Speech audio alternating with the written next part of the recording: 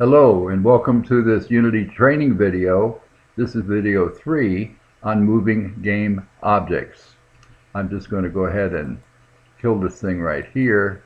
I'm going to save it, and there it is, it's gone. Here I am in my Unity setup just like I've had before, and let me get over here.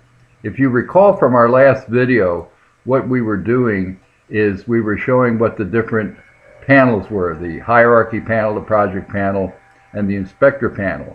In this particular video, what we're going to be doing is bringing in some game objects and actually moving them in our scene window.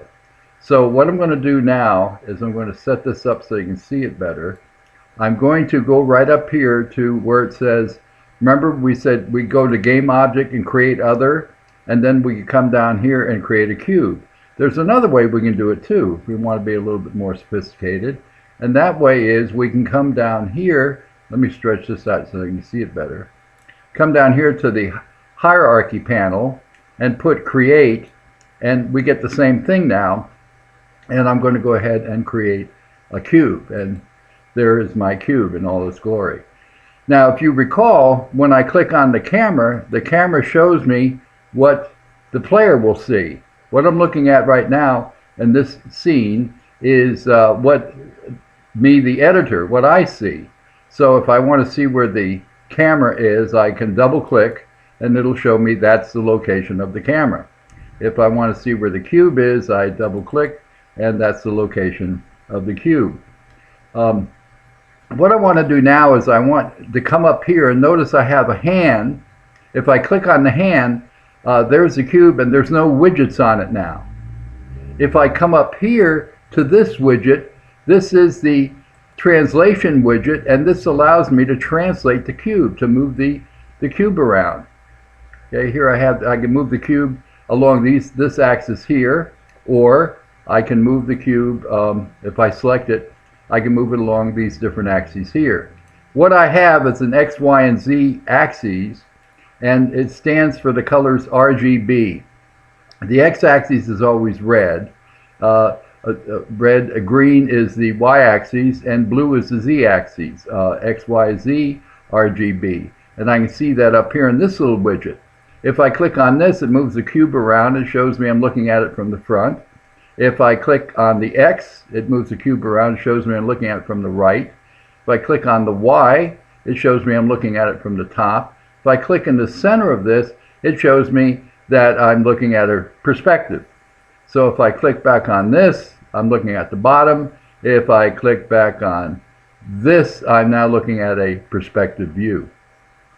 So the other thing I can do with this, besides translating it, that is moving it around, and just to show that I am moving it around, let me bring this out a bit so you can see this better. You see here's my transform coordinates, my X position, my Y position, and my Z position. Look what changes as I move it along the Z axis. The only thing that's changing now is the Z location. If I move along the X axis, the only thing that changes now is the X location, and the same thing with the Y. Notice now if I grab it right in the center, you see there's like a little square in the center. If I grab the center, that allows me to move it freely in any direction. And notice now that the position of X, Y, and Z are now changing freely. Alright, let's say I wanted to rotate the cube. And what I can do now is I come up here to this and I click on it, and now I can rotate it, and I can rotate it around the different axes. Here's the green one here, and if you notice the Y rotation here, when I select one of these, they turn yellow. Tells me I'm selecting it, okay?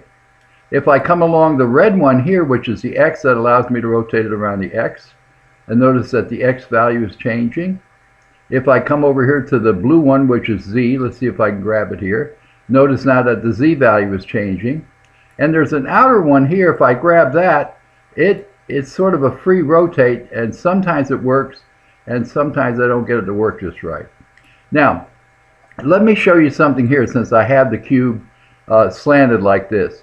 I'm going to come back to the translation widgets, which I'm going to click on here, and then left click on the cube to select it. Notice that what I have here are local coordinates.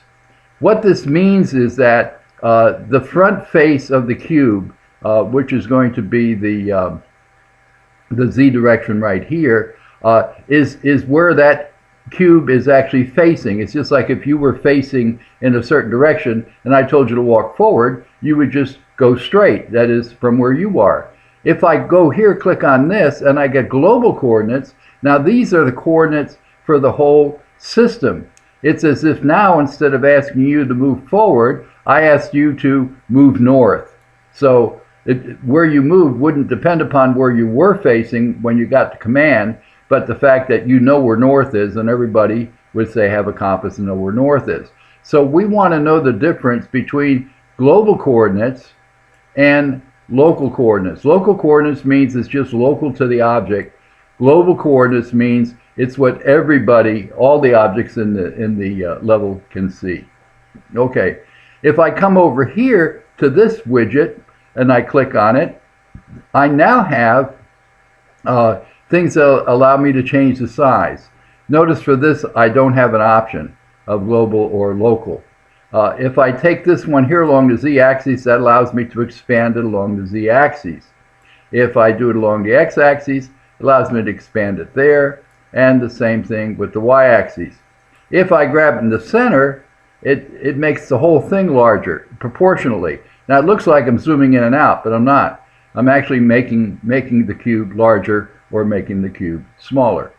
The other way I can move the cube around is right here on the transform coordinates. If I want specifically for y to be at a certain location, or y to be at a certain rotation, or y to be a certain scale, I can put those values right in here directly. Just type them in. There's another thing too that I should point out. There's another way of moving this cube around, and that is with the W, E, and R keys. Let me give you an example. If I tap the W key, select the cube, and I tap the W key, I get the translation widgets. If I tap the Q key, which is just to the left of the W key, I get rid of all translation widgets. It's as if I just had hit this. I'm going to tap the W key, notice that's activated. Tap the E key, notice that the rotation is activated. Tap the R key, and notice now that the enlargement things are activated. Okay, that's it for this video on moving game objects around. Thank you for watching.